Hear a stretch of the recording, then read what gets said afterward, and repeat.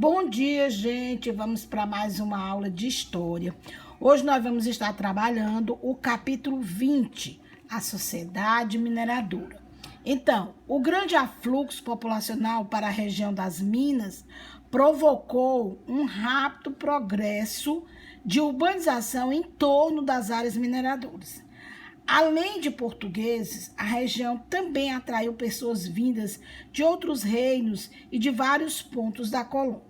A sociedade que se constituiu nesse ambiente urbanizado era muito diferente da que tinha se formado nas áreas rurais, voltadas para a agricultura de exportação, que até então predominava na América Portuguesa. Havia, por exemplo, uma tentativa, de mobilidade entre os diferentes grupos sociais da região das Minas, condição que não havia sido experimentada até então na colônia. Então, ao longo do tempo, o comércio e as atividades artesanais foram ganhando importância. Haviam alfaiates, costureiras, sapateiros, latoeiros, celeiros, entre outros prestadores de serviços. Muitas dessas atividades eram exercidas por negros, livres ou escravizados, e esses são alguns indícios da mobilidade e da diversificação social que caracterizam a sociedade mineradora. Como nós sabemos, os indígenas já viviam nas minas, né? Então, muito antes de surgirem as primeiras vilas mineiras e a capitania de Minas Gerais, diversos grupos indígenas, como os botocudos, os machacalis, os puri e os caiapó, já habitavam aquela região. Suas aldeias estavam distribuídas em toda a região da zona da Mata Mineira. A descoberta do ouro, e da fundação de vilas fizeram muitos grupos indígenas se deslocarem para o interior da colônia, pois muitas aldeias estavam próximas às jazidas de ouro. Por outro lado, esses povos resistiram ao avanço da atividade mineradora, promovendo ataques contra os povos estabelecidos na região e contra as bandeiras, que adentravam cada vez mais o sertão das Minas. Nos confrontos, muitos indígenas foram mortos ou capturados e escravizados para trabalhar nas lavras de ouro, na agricultura ou nos serviços domésticos. Para burlar a lei que proibia a escravização dos indígenas, os colonos assumiam a tarefa de catequizá-los. Quer dizer, desde sempre, na América, houve essa questão de burlar a lei. Como era proibido, eles acabavam dizendo que iam catequizar os índios, mas, na verdade, eles iam escravizá-los, certo? Então, o que acontecia?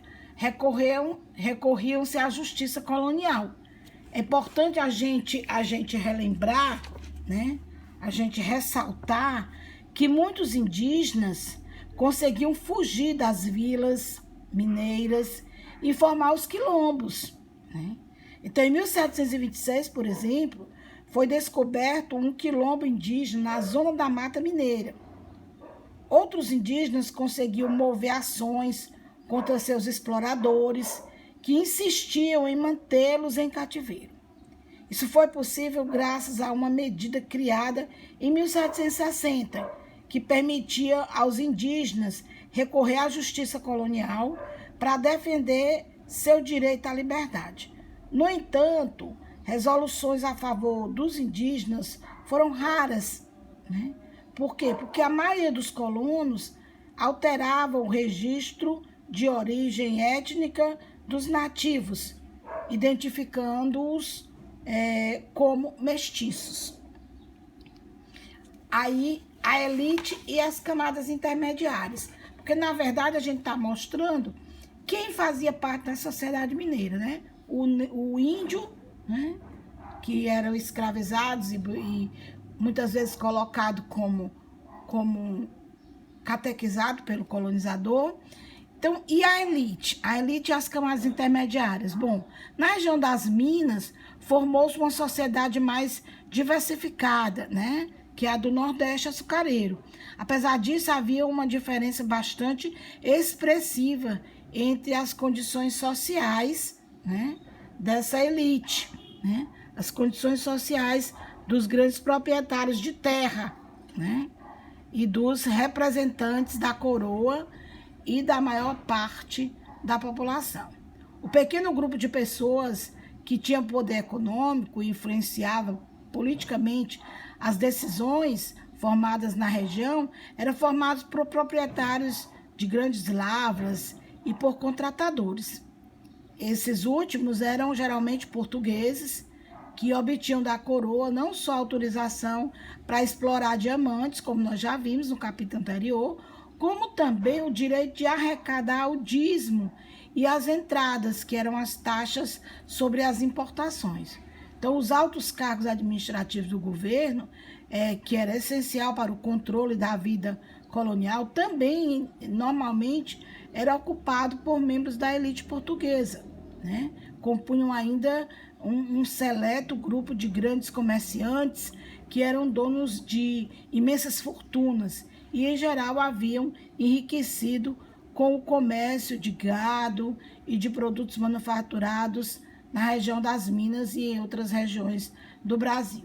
Então, as camadas intermediárias, por sua vez, eram formadas por faiscadores, pequenos comerciantes, roceiros, profissionais liberais como médicos e advogados, artesãos e artistas em geral. E os escravizados, né, eram africanos e seus descendentes, compunham aí a maior parte da sociedade mineira, que em 1742, por exemplo, de uma população com pouco mais de 174 mil pessoas, cerca de 95 mil eram escravizados, era a maior parte. Então, a camada social que detinha poucos recursos econômicos e não possuía poderes políticos era formada também por brancos pobres e ex-escravos. Aí nós temos aí a sociedade mineira propriamente mostrada. Nós tínhamos os ricos, que eram os comerciantes e donos de minas, resumidamente, né? As camadas médias, que eram os pazes, garimpeiros, profissionais liberais, artesãos e vendedores. Os desclassificados, que eram sem nenhum ofício ou posição social definida, e os escravos, que eram os trabalhadores forçados que provinham da África e, em sua grande maioria, viviam pouco. Aí nós temos aí africanos escravizados e libertos, que aí a gente vai mostrar, né, a descoberta do ouro e de pedras preciosas fez multiplicar a entrada de escravos africanos na colônia portuguesa. Para se ter uma ideia, entre o final do século XVII e o final do século seguinte, XVIII, mais de 2 milhões de escravizados africanos entravam nos portos brasileiros, o triplo de todos os anteriores somados. Então, o cotidiano dos escravizados que trabalhavam diretamente nas minas era muito duro. Eles ficavam longas horas em pé, na água, extraindo ouro, no leito dos rios, e eram frequentes vítimas de tuberculose, de outras doenças pulmonares. Nas galerias subterrâneas, estavam sujeitos à asfixia e ao risco de soterramento. Nas regiões mais urbanizadas, havia os chamados escravos de ganho, né? Eles eram autorizados pelos senhores a exercer essa atividade remunerada, geralmente no pequeno comércio. Com o dinheiro obtido vendendo galinhas, frutas e doces, ou mesmo trabalhando no garimpo, os escravizados pagavam ao senhor uma quantia estipulada e ficavam com o excedente, muitas vezes conseguindo com o tempo juntar um dinheirinho para comprar a sua alforria. Então, as camadas negras quitandeiras, né? As chamadas negras quitandeiras, elas constituíam um caso comum desse tipo de escravização. E aí a possibilidade de obter a alforria teria sido, segundo alguns historiadores, um mecanismo de controle social, ou seja, uma forma de evitar levantes. Então, para os proprietários, a promessa de liberdade criava condições para conviver em relativa harmonia e segurança com a maioria dos oprimidos. Então, os alforriados, contudo, continuavam carregando o estigma de escravidão, então eles permaneciam excluídos no cargo, né, dos cargos de poder, quer dizer, só quem pertencia aos cargos de poder eram os nobres, né, eram a elite, eram os portugueses ou os filhos de colonos. Aí vem o cotidiano das cidades mineiras. Nós vamos ver aí que, diferente de outras regiões da colônia, a sociedade da região das Minas era bastante urbanizada. A maioria das pessoas morava em casas pequenas e pobres, constituídas com barro, madeira ou pedra, com exceção das famílias ricas, que geralmente moravam em sobrados. A população morava em casas térreas, com poucas portas e janelas. Os escravizados, por sua vez, residiam em senzalas ao lado da moradia de seus senhores ou em ranchos, que eram construções muito simples e precárias, feitas de pau a pique, barro, madeira ou palha. Os habitantes das vilas e das cidades mineiras cuidavam de seus negócios, promoviam festas, participavam das atividades religiosas organizadas pelas irmandades que ocupavam o centro da vida comunitária na região das Minas. Vocês já devem ter percebido que Minas é uma região que tem bastantes igrejas, exatamente mostrando, né, essa participação, esse cotidiano da vida religiosa organizada pelas irmandades nas comunidades da região. Então, o desenvolvimento da vida urbana nas cidades mineiras era organizada em função do ouro. A região tornou-se um excelente mercado comprador de diversas regiões da colônia e de Portugal. Minas Gerais deu um nó no Brasil, né? No final do século XVIII, quase metade da população mineira era composta por escravos, como a gente já viu há pouco. Então, as irmandades religiosas, que a gente falou, eram uma associação de caráter leigo, social e familiar, que cultuavam um santo, né? E essas irmandades dos ricos versus irmandades dos pobres, né? Por isso que, às vezes, tinha uma igreja do lado da outra. Era uma disputa para quem construía a igreja mais bonita. Então, existem várias igrejas em Minas. Hoje em dia, você é dos lugares mais visitados do Brasil. Então, existia, por exemplo, a Ordem Terceira do Rosário dos Pretos e a Ordem do Carmo, né? Então, em 1705, a coroa portuguesa expulsou as ordens religiosas regulares das vilas mineiras, preocupada com a disputa administrativa na região do ouro. E, na ausência dessas ordens regulares, surgiram aí as confrarias, que eram as irmandades, e as ordens terceiras, que eram essas associações leigas organizadas em torno de um culto ou de um santo. Então, essas associações existiam em várias regiões do Brasil, mas tiveram um papel destacado aí na região das Minas. Elas eram responsáveis pelas atividades religiosas, como as construções de capelas, igrejas e a organização de procissões e festas católicas. Então, as irmandades também prestavam assistência social, dando auxílio aos doentes, aos necessitados e às famílias nos funerais. Como as irmandades refletiam a divisão social que existia na sociedade mineira, havia a Irmandade dos ricos e a Irmandade dos pobres, de brancos e de negros, como eu falei agora há pouco. Então, para a gente saber mais, as irmandades eram essas associações, né, de leigos, de caráter religioso, com o fim de culto de um santo de devoção, né? Então, eles mandavam rezar pelas almas dos irmãos associados já falecidos, conduziam os enterros, acompanhavam as viúvas e os órfãos, cuidavam dos doentes, defendiam os irmãos em independências jurídicas e ainda ajudavam os que se encontravam em dificuldades financeiras. Outro papel importante delas, das irmandades, estava ligado à construção das igrejas, que nós falamos há pouco, quando se disputava por erguer a mais bela. Normalmente os brancos se organizavam nas irmandades do Santíssimo, que é as autoridades, dos Passos, que eram os militares, de São Miguel, as Almas, que eram os cristãos novos, e nas ordens terceiras, a do Carmo, que eram os comerciantes e mineradores, e a de São Francisco, que eram os intelectuais, que é essa igreja que vocês estão vendo aí. Então, os negros, por sua vez, se agrupavam em irmandades e confrarias, como a Nossa Senhora do Rosário, que era dos escravos, a Boa Morte, que era dos músicos, a dos Mercedes, que era dos forros, e a de São Gonçalo Garcia, que era dos padres. Então, São Francisco de Assis, a mais famosa igreja de Ouro Preto, um dos exemplares mais magníficos do barroco mineiro. A sua construção foi iniciada em 1766, é considerada uma obra-prima de Aleijadinho, responsável pelos riscos gerais do prédio, portada, tribuna do altar-mor, altares laterais, capela-mor, são também suas as esculturas da portaria e dos púlpitos. Então, o barroco nas Minas Gerais, né, foi um período em que a arte se mostrou muito.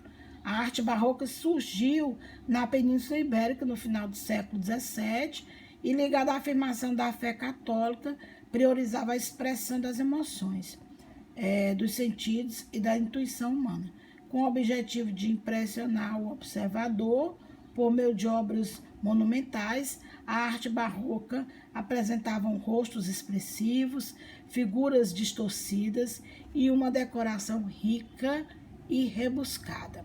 Então, o barroco chegou à América Portuguesa através dos jesuítas, né, que aqui ele se caracterizou pela riqueza de detalhes na decoração das igrejas e na fachada das edificações.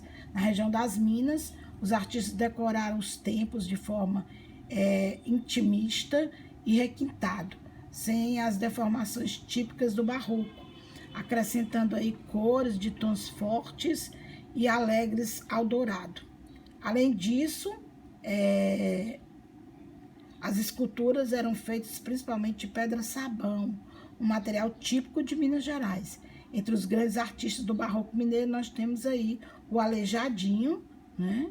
E também o mestre Ataíde. O Aleijadinho especializou-se em entalhar e esculpir peças em madeira e pedra-sabão. Entre as suas principais obras estão os 12 profetas, que ficam em frente ao Santuário do Bom Jesus de Matozinhos, em Congonhas, e a decoração interna da igreja de São Francisco de Assis, em Ouro Preto. Já o mestre Ataíde era pintor, dourador, professor, encanador, que é aqueles que criam imagens e estátuas, e seus filhos serviram de modelo para os anjos e suas obras. Em parceria com a Aleijadinho, ele realizou grandes obras-primas do barroco brasileiro, na igreja de São Francisco de Assis, em Ouro Preto. No teto da igreja, Ataíde pintou os traços mestiços da Virgem Maria e os querubins que o rodeavam. Nós temos algumas imagens aqui, né? As diversas pessoas que usaram a riqueza no incentivo às artes durante o ciclo do ouro, né? Que a gente já falou aí, os primeiros movimentos literários brasileiros, o arcadismo que surgiu em Minas Gerais, expresso nas obras de Cláudio Manuel da Costa, Tomás Antônio Gonzaga. No campo das artes plásticas, nós falamos aí do Aleijadinho e do mestre Ataíde. E no campo musical, nós temos destaque de Américo Lobo de Mesquita, Francisco Gomes da Rocha e Inácio Pereira Neves. Então, aqui nós temos 12 profetas, que são as esculturas do Aleijadinho no Santuário do Bom Jesus de Matozinhos, Congonhas, nós falamos agora há pouco. Aí nós temos mais de perto os 12 profetas, né? Aqui nós temos os detalhes dos 12 profetas, bem mais próximo, as fotos. E as pinturas do mestre Ataíde, que nós falamos há pouco. A Virgem Maria rodeadas de querubins, que foi a Assunção da Virgem na igreja de São Francisco de Assis, em Ouro Preto, Minas Gerais. Obrigado e vamos às nossas atividades.